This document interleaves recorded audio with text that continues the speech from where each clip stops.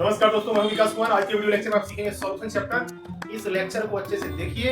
यहाँ पर एनसीईआरटी के टॉपिक वाइज सारे क्वेश्चंस को बनाया जाएगा, आपको कंसेप्ट भी सिखाया जाएगा। तो सबसे पहले हम लोग कंसेप्ट सीखेंगे, उसके बाद क्वेश्चन इन टेक्स्ट, उसके बाद एक्सरसाइज, उसके बाद जेईई और नीट के क्वेश्चंस भी होंगे। तो वीडियो में अच्छे से बने रहिए। आइए स्टार्ट करते हैं सॉल्यूशन चैप्टर। दोस्तों विलियन, सबसे पहले विलियन या सॉल्यूशन कहते किसे हैं, मैं थोड़ा सा आपको बताना चाहता हूँ। विलियन किसे कहते हैं? दो या दो से अधिक पदार्थों के समांगी मिश्रण को विलियन कहा जाता है। ठीक है, तो समांगी मिश्रण कैसे बनता है जरा देखिए। सबसे पहले हम लोग यहाँ पर विलियन का डिफिनेशन लिखेंगे। विलियन को सॉल्यूशन कहा जाता है दो या दो से अधिक पदार्थों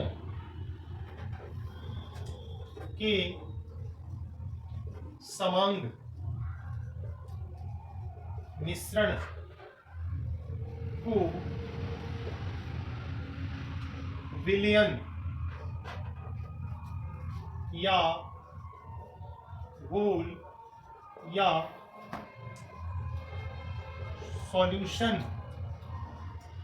कहा जाता है। दोस्तों अभी आपने देखा है कि विलियन किसे कहते हैं? दो या दो से अधिक पदार्थों के समांग मिश्रण को विलियन या घोल या सॉल्यूशन कहा जाता है। ये समांग मिश्रण क्या होता है जरा समझिए। सबसे पहले तो यह मिश्रण है, और समांग का मतलब है जिस विलियन में उसकी अवयव सभी जगह समान रूप से मिले हुए हों, उसे समांग मिश्रण कहा जाता है। उदाहरण के लिए आप यहाँ पर देखेंगे कि मैंने एक शीशे का ग्लास लिया है और ग्लास में जल भर दिया है, और जब ग्लास में जल भर दिया है तब इसमें थोड़ा सा NaCl हमने डाला है। यहाँ पर NaCl ऐसे दिखाएंगे बड़े टुकड़े में, और ये NaCl जो आपको दिख रहा है बॉटम में, तो NaCl आपको तब तक दिखाई पड़ेगा जब तक यह नमक का जो टुकड़ा है वह जल में पूरे तरीके से घुला नहीं। जब इसको ग्लास के रड से, कांच की छड़ से जब इसको आप यहाँ पर रखते हैं और इस कांच की छड़ से जब इसको हिलाते हैं, मिलाते हैं, शेक करते हैं, वैसी परिस्थिति में ये धीरे धीरे घुलने लगता है। और जब यह घुल जाएगा तो ये इस रूप में आपको दिखेगा, केवल जल ही दिखेगा बाहर से, और यहाँ पर नमक दिखाई नहीं पड़ेगा। लेकिन यह विलियन बन चुका है। क्या बन चुका है? विलियन। ठीक है, इसे ही सॉल्यूशन या घोल कहा जाता है। अब इस विलियन का जो निर्माण हुआ है वह किससे मिलकर हुआ है? विलेय से। और किससे? विलायक से। तो विलियन में पदार्थ की अधिकतम मात्रा को विलायक और कम मात्रा को विलेय कहते हैं। यहाँ पर विलियन में ये क्या है? विलियन एक घोल है। इस घोल में विलेय का काम जो है वो NaCl का है यहाँ पर, और विलायक मैंने पहले ही बताया है कि ये क्या है? जल है। तो यहाँ पर विलायक क्या? जल। इस तरीके से आपने विलियन को बनते हुए देखा। आप चाहें तो नमक की जगह चीनी का प्रयोग कर सकते हैं। आगे चलते हैं हम लोग, तो आप स्क्रीनशॉट ले सकते हैं। इस तरीके से हम लोग अब विलेय या इसे मूल्य भी कहा जाता है, विलियन में उपस्थित पदार्थ की कम मात्रा को विलेय या घुल्य या सॉल्यूट कहा जाता है। आप इसका भी स्क्रीनशॉट ले सकते हैं।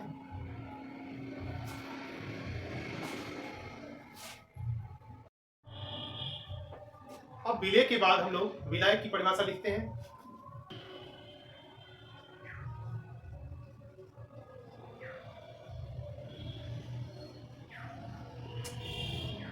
विलियन में उपस्थित पदार्थ की उच्च मात्रा को विलायक या घोलक या सॉल्वेंट कहते हैं। तो इस तरीके से आप स्क्रीनशॉट ले सकते हैं। आइए विलियन के गुणों की चर्चा करते हैं।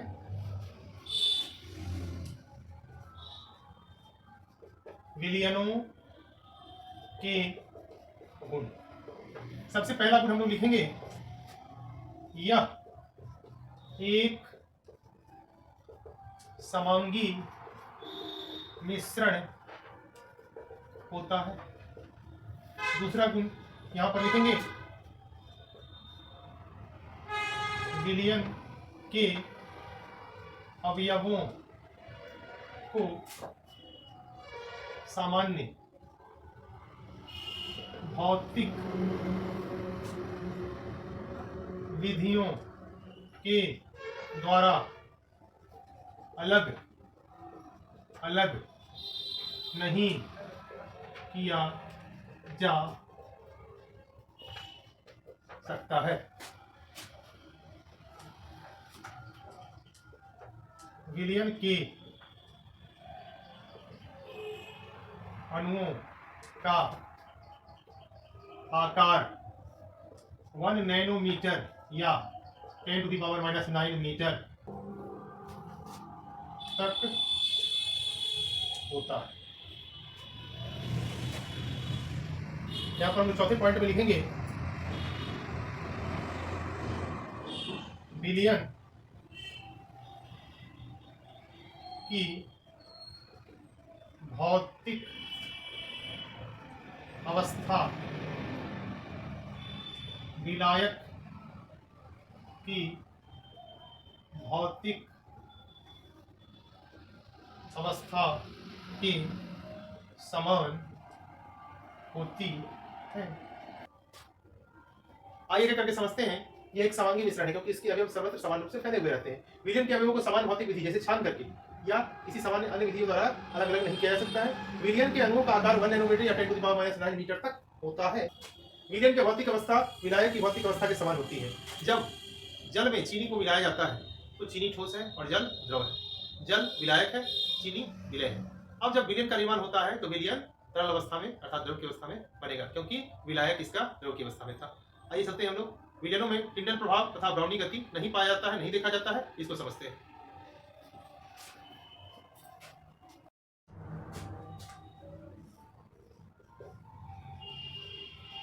विलयनों में टिंडल प्रभाव नहीं पाया जाता है। टिंडल प्रभाव का मतलब समझिए। जब टिंडल प्रभाव क्या है? जब किसी तरल मिश्रण से होकर के प्रकाश की किरणें गुजरती है तो उसके अवयवी कणों को वो टक्कर मारती है और टकराने के बाद उसकी दिशा भी बदल जाती है और ये जो द्रव्य है एक प्रकार की चमक दिखाई पड़ती है। यहाँ क्या है? ये प्रकाश है और निकलने वाली जो प्रकाश की किरण होगी उसकी दिशा भी अलग होगी और यहाँ पर एक चमक दिखाई पड़ेगा। ठीक है, तो इस प्रकार ये जो चमक दिखाई पड़ता है इस मिश्रण में, इसी को टिंडल प्रभाव कहते हैं। लेकिन आप देखेंगे कि जब विलयनों के यह काम को, यह जो प्रयोग है वह जब विलयनों में किया गया तो यहाँ पर जब विलयनों को लिया गया और प्रकाश की किरणों को पास कराया गया तो सीधे निकल जाती है। यहाँ किसी तरह की कोई चमक नहीं दिखाई पड़ती। हो गया? यहाँ पर प्रकाश किरण लिखेंगे और यहाँ पर भी प्रकाश किरण लिखेंगे। तो ये जो है वो टिंडल प्रभाव यहाँ दिखाई नहीं पड़ता। इसलिए लिखा गया है कि जब विलयनों से होकर प्रकाश की किरणें निकलती हैं तो वह सीधे निकल जाती है और विलयनों में किसी प्रकार की चमक नहीं दिखाई पड़ती, अर्थात यहाँ टिंडल प्रभाव नहीं पाया जाता है। आइए स्क्रीनशॉट लीजिए, आगे चलेंगे। अगले पॉइंट में हम लोग पॉइंट 6 को फोकस करेंगे। पॉइंट 6 कहता है, विलयनों में ब्राउनी गति नहीं पाया जाता है। ये ब्राउनी गति क्या है जरा समझिए। ब्राउनी गति, ये रॉबर्ट ब्राउन नाम के वैज्ञानिक ने इसका प्रयोग किया था। उन्होंने एक विलयन लिया एक पात्र में और विलयन से जब प्रकाश की किरणें चलती है तो सीधी रेखा में निकल जाती है, यहाँ कोई विचलन नहीं होता है। ठीक है, इसलिए कहा गया है कि ब्राउनियन मूवमेंट जो है, ब्राउनी गति, वह नहीं पाया जाता है विलयन में। यहाँ प्रकाश किरण लिखेंगे और यहाँ भी प्रकाश किरण लिखेंगे।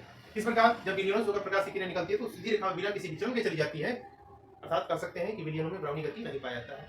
तो इस प्रकार आपने देखा कि विलयनों में टिंडल प्रभाव नहीं पाया जाता, विलयनों में ब्राउनी गति नहीं पाया जाता। आइए आगे चलते हैं। आइए हम लोग अब विलयनों के वर्गीकरण की चर्चा करेंगे। Classification of solutions.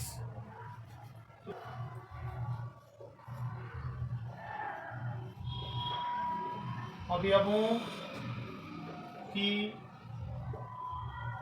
संख्या के आधार पर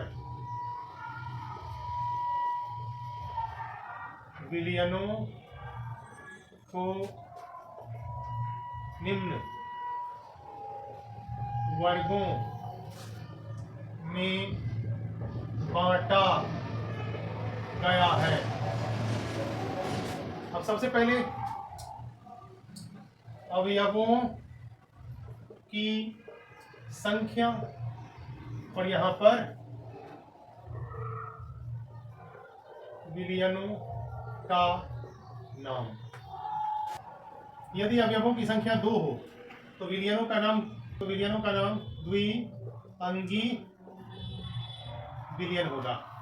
अगर विलयनों की संख्या 3 हो तो यहाँ पर त्रिअंगी विलयन होगा। 4 पर चतुसंगी और n हो तो क्या होगा? बहुअंगी विलयन। इस तरीके से आप स्क्रीनशॉट ले सकते हैं। आगे हम लोग चलेंगे दूसरे वर्गीकरण की तरफ। अब विलयनों में विलय की मात्रा के आधार पर देखते हैं किस प्रकार का विलयन होता है। आप समझिए कि विलयनों में विलय की मात्रा के आधार पर विलयन 2 प्रकार का होता है, सान्द्र विलयन और तनु विलयन। विलयनों में विलय की मात्रा के आधार पर विलयन निम्न प्रकार का होता है।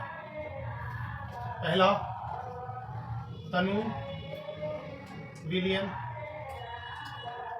और दूसरा यहां पर होगा सांद्र विलयन। इस तरीके से आप देख रहे हैं तनु विलयन और सांद्र विलयन हमें लिख दिया है। यहाँ पर क्या होगा? विलायक की मात्रा निश्चित होगी लेकिन विलय की मात्रा क्या होगी? यहाँ पर कम होगी। यहाँ पर हम लिखेंगे विलय की मात्रा क्या होती है? कम होती है। यहाँ पर क्या होगा? विलय की मात्रा क्या होती है? अधिक होती है। और विलायक की मात्रा दोनों में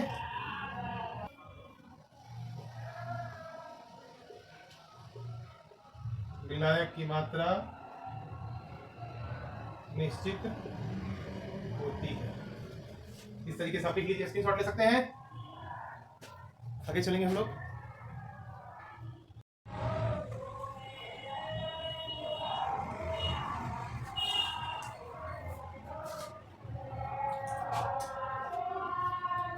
आइए दोस्तों, विलायक की प्रकृति के आधार पर विलयन कितने प्रकार के होते हैं इसको देखते हैं। आइए देखते हैं विलायक की प्रकृति के आधार पर विलयन कितने प्रकार के होते हैं। विलायक की प्रकृति के आधार पर विलयन निम्न प्रकार का होता है।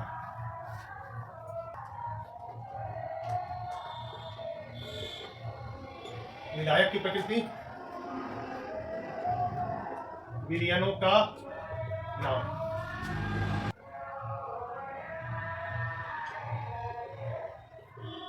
यदि विलायक जल हो तो जलीय विलयन बनता है। यदि विलायक जल नहीं हो, कोई दूसरा चीज हो जैसे तेल या कुछ, जल नहीं हो तो विलयन कैसा होगा? निर्जलीय विलयन। आइए इसके उदाहरण को देखते हैं। जलीय विलयन में हमने क्या किया है? जल में NaCl मिला दीजिए, आपका जलीय विलयन बनके तैयार है। ठीक। अब यहाँ पर निर्जलीय विलयन का उदाहरण के लिए हम लोग क्या करना है? विलायक के रूप में अगर जल नहीं हो तो विलायक के रूप में कोई दूसरा, जैसे तेल। ठीक है। तो पेट्रोल में केरोसिन ऑयल का अगर मिक्सिंग करते हैं, ठीक है, पेट्रोल में अगर किरासन तेल मिलाते हैं तो वो भी एक विलयन बनता है, वहां पर जल की कोई भूमिका नहीं है, तो वो निर्जलीय विलयन का उदाहरण हो जाएगा। चलते हैं हम लोग आगे, स्क्रीनशॉट लीजिए।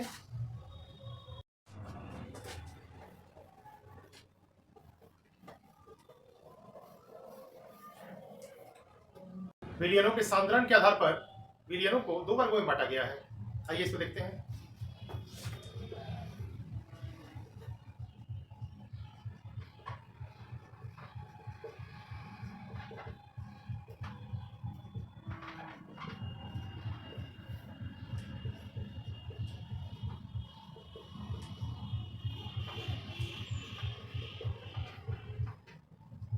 विलयनों के सांद्रण के आधार पर विलयन दो प्रकार के होते हैं। आइए विलयनों का नाम लिखेंगे, उसकी सांद्रता लिखेंगे, और सांद्रता जो है वो मोलरिटी के टर्म में होगा, मोलरता के टर्म में। आइए इसको देखते हैं। यहाँ पर विलयनों का सांद्रण है, यहाँ पर विलयनों का नाम लिखेंगे। तो यहाँ पर हम लोग देखेंगे, यदि सांद्रता 0.1 मोल पर लीटर से कम हो तो विलयन का नाम अणु विलयन होगा। यदि सांद्रता 0.1 कैपिटल एम मोल पर लीटर से ज्यादा हो तो विलयन को सांद्र विलयन कहा जाएगा। इस प्रकार स्क्रीनशॉट ले सकते हैं। अब हम लोग स्टार्ट करेंगे विलयनों का भौतिक वर्गीकरण। तो ध्यान से देखिए, विलयनों का भौतिक वर्गीकरण।